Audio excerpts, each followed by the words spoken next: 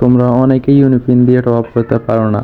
আর তোমরা ইউনিপিন দিয়ে top up না করতে পারলে কিন্তু আমাদের ওয়েবসাইটে যে গিভওয়েগুলো দেওয়া হয় ওগুলো নিতে পারবে না। তো আমি তোমাদেরকে দেখিয়ে দিচ্ছি কিভাবে তোমরা ইউনিপিন দিয়ে টপ আপ করবা। আমি এখন আমাদের ওয়েবসাইটে ইউনিপিনের অপশনটাতে চলে আসলাম এবং এখান থেকে একটা উইকলি কোড বাই করলাম। ইউনিপিন কোডের শুরুতে তোমরা দেখবা বিডিএমপি আর নয়তো ইউপিবিডি লেখা থাকবে। তো আমরা এখান থেকে কোডটিকে কপি করব, কপি করে যে কোনো এক জায়গায় পেস্ট করে রেখে দেব। তারপর আমরা রিডিম কোডে ক্লিক করে গেইনার অফিসিয়াল ওয়েবসাইটে চলে আসব। এখানে আমরা ফ্রি ফায়ার সিলেক্ট করে ফ্রি ফায়ার প্লেয়ার আইডিটি দিয়ে দেব। প্লেয়ার আইডি বলতে তোমরা যে আইডিতে টপ আপ করতে চাচ্ছ ওই ইউআইডিটা তোমরা এখানে বসিয়ে দিবা। প্লেয়ার আইডিটি কপি করে নিচ্ছি, কপি করে ওখানে পেস্ট করে দেব।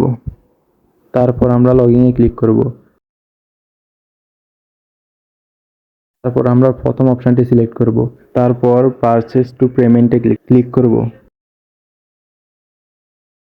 তারপর এখান থেকে তোমরা কত ডায়মন্ড নিতে চাও এটা সিলেক্ট করবা। তো এখানে তোমরা দুইটা অপশন দেখতে পাচ্ছ উপরে, একটা হচ্ছে ইউনিপিন আর একটা হচ্ছে ইউপি। এখানে আমার কোডের শুরুতে বিডিএমবি লেখা আছে, এখান থেকে আমি বিডিএমবি বাদে আর সবটা কপি করে নেব। তোমাদেরকে একটা গুরুত্বপূর্ণ কথা বলে রাখি, তোমাদের যদি বিডিএমবি লেখা থাকে তাহলে তোমরা সিলেক্ট করবা ইউনিপিন, আর যদি ইউপিবিডি লেখা থাকে তাহলে ইউপি সিলেক্ট করবা। তারপর কপি করা কোডটি আমরা এখানে পেস্ট করে কনফার্মে ক্লিক করব। তারপরে আমাদের টপ আপটা কিন্তু কমপ্লিট হয়ে যাবে 1 সেকেন্ডের মধ্যেই। তোমাদেরকে আবারও বলে দিই, যদি কোডের শুরুতে বিডিএমবি লেখা থাকে তাহলে তোমরা ইউনিপিন সিলেক্ট করবা, আর যদি ইউপিবিডি লেখা থাকে তাহলে ইউপি সিলেক্ট করবা। তারপর টপ আপ শেষে তোমরা হোম পেজে চলে আসবে এবং এখান থেকে এক্সিট প্লেয়ার আইডি মোডে ক্লিক করে লগ আউট করে নিবা।